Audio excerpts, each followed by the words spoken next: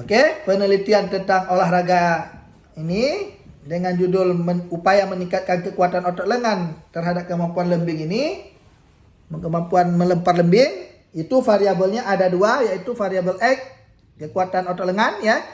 Terserah nanti kita melihat kekuatan otot lengan itu mengukur dengan apa alat ukur yang kamu gunakan. Paham kan? Nah, macam-macam untuk meningkatkan kekuatan otot lengan. Apakah kamu menggunakan push up atau kamu menggunakan alat-alat fitness? Nah, itu terserah nanti kita di lapangan. Sedangkan untuk kemampuan lempar lembing, itu sudah ada ketentuannya. Ya, kita menggunakan lembing dengan berat berapa ya? Itu sudah ada ketentuannya. Udah paham ya? Jadi variabelnya ada dua, variabel X dan variabel Y. Atau dalam bahasa lain variabel independen dan variabel dependen. Atau bahasa lainnya variabel terikat dan variabel bebas. Nah, yang menjadi permasalahan nanti ditanya alasan kamu mengambil judul ini. Nah, kan gitu kan? Jadi permasalahannya selalu berujuk kepada hasil observasi yang kita lakukan tentang kemampuan lembing orang itu. Kemampuan melempar lembing. Dari sekian banyak atlet yang kita teliti, misalnya ada 6 orang yang kita lihat, itu masih terlihat ada beberapa yang belum maksimal dalam lemparan. Padahal di satu sisi orang ini giat latihan. Ya kan? Orang ini kan atlet. Apalagi atlet yang sudah sering mengikuti olimpiade segala macam kan. Nah, makanya kita cari tahu ini kesalahannya di mana, sehingga ditemukanlah solusi yang kita duga kesalahannya di kekuatan otot lengannya. Bisa juga kita beralasan bahwa bisa fisiknya misalnya sudah bagus fisik orang itu, tapi dalam lemparan belum maksimal kan. Nah, itu otomatis ada faktor lain yang harus diperhatikan. Kebetulan penelitian kita memperhatikannya dari segi aspek kemampuan otot lengan. Oke? Jadi kenapa kamu ngambil judul ini? Dikarenakan hasil pengamatan awal saya terlihat beberapa atlet belum maksimal dalam melakukan lemparan.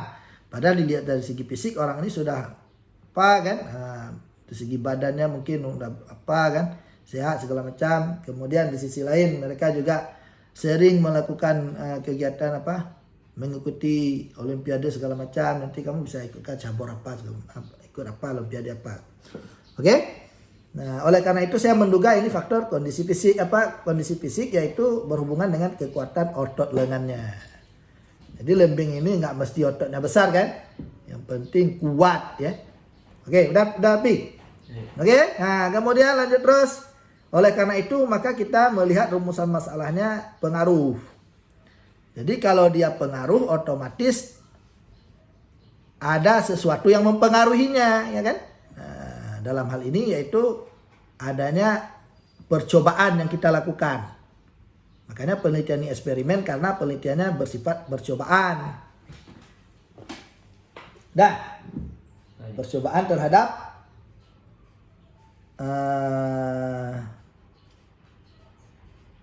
kekuatan otot lengan ya. Nah, kita gunakan apa tesnya?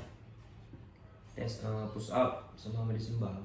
Push up sama Medicine ball. Nanti 2 kamu lakukan. Boleh. Berapa kali pertemuan? 16 kali pertemuan. Nah, pertemuan itu namanya perlakuan ya, atau treatment. Dalam penelitian eksperimen itu ada pretest sebelum kita tes awal, kemudian treatment, percobaan 16 kali pertemuan ya, kemudian baru melakukan post test dengan tes yang sama. Kemudian terkait manfaat penelitian itu, kamu nanti nggak perlu menjelaskan kalau di PowerPoint, sebutkan aja. Kalau manfaat teoritis itu kan di mana manfaatnya bisa diambil menjadi suatu pengetahuan baru. Jadi manfaat teoritis itu artinya manfaat bisa menjadi pengetahuan informasi baru penelitian kita ini, teori baru.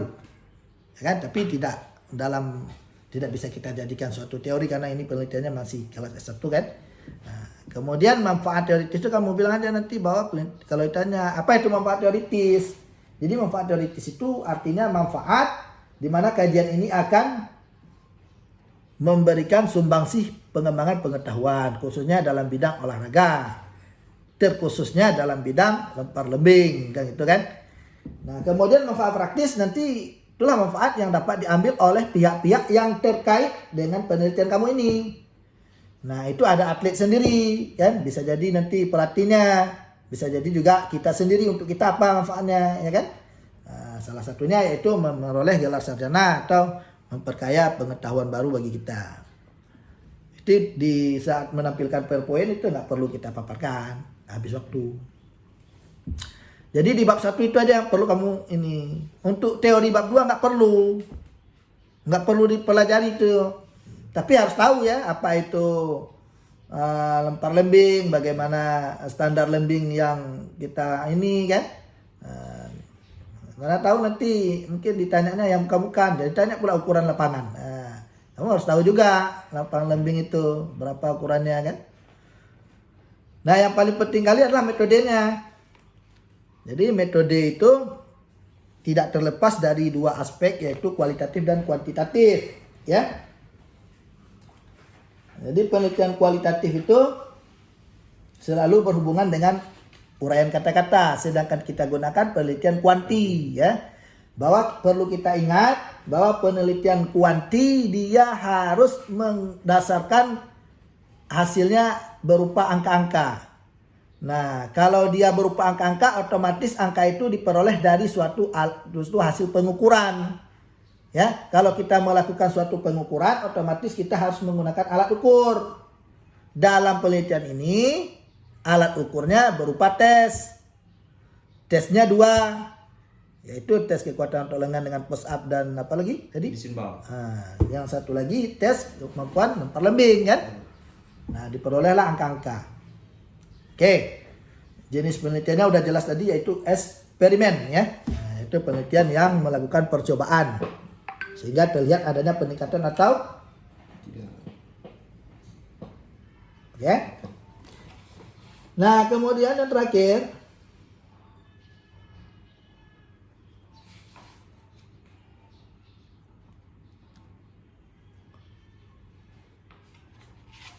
yaitu populasi sampel nih udah jelas ya. Karena atletnya hanya 6 orang, maka tekniknya total sampling. Jadi total sampling itu artinya mengambil sampel seluruh dari populasi. Kenapa menggunakan total sampling? Karena populasinya tidak sampai 100. Jadi dalam teori-teori pengetahuan metode penelitian, itu apabila sampelnya tidak sampai 100, maka kita gunakan tekniknya total sampling. Ngambil semua populasi menjadi kesampel. Oke? Nah, kemudian lanjut terus ke teknik pengumpulan data udah jelas ya. Ada yang eksperimen sebelum perlakuan kita tes dulu lempar lembingnya berapa dapat. Kemudian untuk langkah selanjutnya melakukan perlakuan, baru melakukan post test. Kemudian menganalisis data. Untuk penelitian ini kita analisis data kita menggunakan 2 rumus. Menghitung rata-rata sama dengan X bar, rumusnya X bar sama dengan sigma X per N. Sedangkan untuk menghitung persen, P sama dengan frekuensi bagi N kali 100. Oke. Jadi yang perlu kali kamu ketahui bahwa hasil kesimpulannya penelitian ini terjadi peningkatan. Kalau terjadi peningkatan menunjukkan adanya pengaruh. Ya, peningkatannya dengan nilai rata-rata pada awalnya. Berapa kita dapat? 31 ya, menjadi 34. Tetapi tidak signifikan ya. Kenapa tidak signifikan terjadi perubahan? Karena memang orang ini atlet terlatih. Ya kan? Nah, kemudian jika lihat dari persennya juga tidak ini ya. Nah, dimana pada awalnya persen yang kategori baik itu mencapai 83. Yang baik, yang kurang, yang tergolong sangat baik 17. Nah, terjadi perubahan. Ya, angka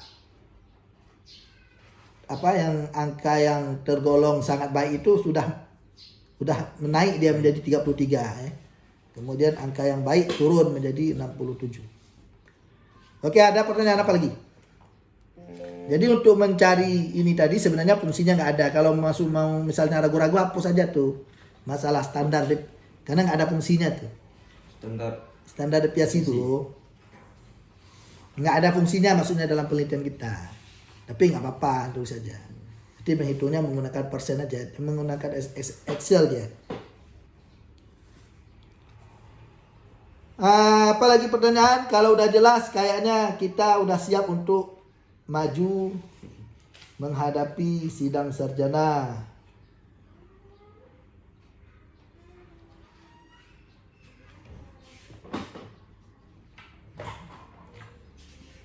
Kalau untuk mengkaitkan hasil penelitian dengan bab 1 gimana sih? Hah? Maksudnya mengkaitkan hasil penelitian dengan bab 1 Dengan apanya bab 1? dengan Ya, kalau kita lihat permasalahannya itu. apa namanya, kita menyatakan tadi kan di bab 1 permasalahannya masih ada kan. Nah masih ada artinya di hasil penelitian kita menunjukkan ada perbedaan, tidak tergolong baik semua. Tidak tergolong sangat baik semua kan. Harusnya sangat baik semua yang kita harapkan karena orang ini kan atlet kan. Tetapi ya itulah, karena itu tadi kekuatan otot lengannya. Tapi secara umum ini sudah maksimal, sudah bagus orang ini, hasil ini. Dah, lanjut. Mudah, karena ini penelitiannya statistik sederhana namanya. Nah, tinggal nanti kita harus menguasai PPT, cara membaca PPT, tampil, jangan takut, kekuatan mental ya. Nah, jadi Bek Yoyo. Nah, insyaallah lancar. Oke, untuk yang ini cukup di sini dulu ya. Nanti kita lanjut lagi live-nya karena sudah selesai untuk penelitian yang. Assalamualaikum warahmatullahi wabarakatuh. Salam. Tonton urung-urung hana jalan, tonton.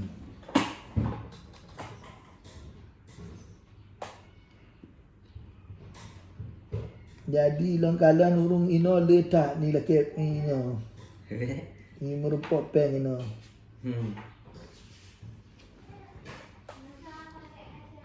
Tapi Reda ikut cek gimana di TikTok. Hah? Reda ikut di TikTok pajak aja. Pajak apa? Pajak mesti ikut pergi tanya pergi singa. Jadi mesti double singanya 5 juta. Jadi jika ada 2 juta. Reda ikut. Ikoh lewatnya. Alah lah nampung lah, penting. Nang kalian puan, kawin-kawin kan nampung lah.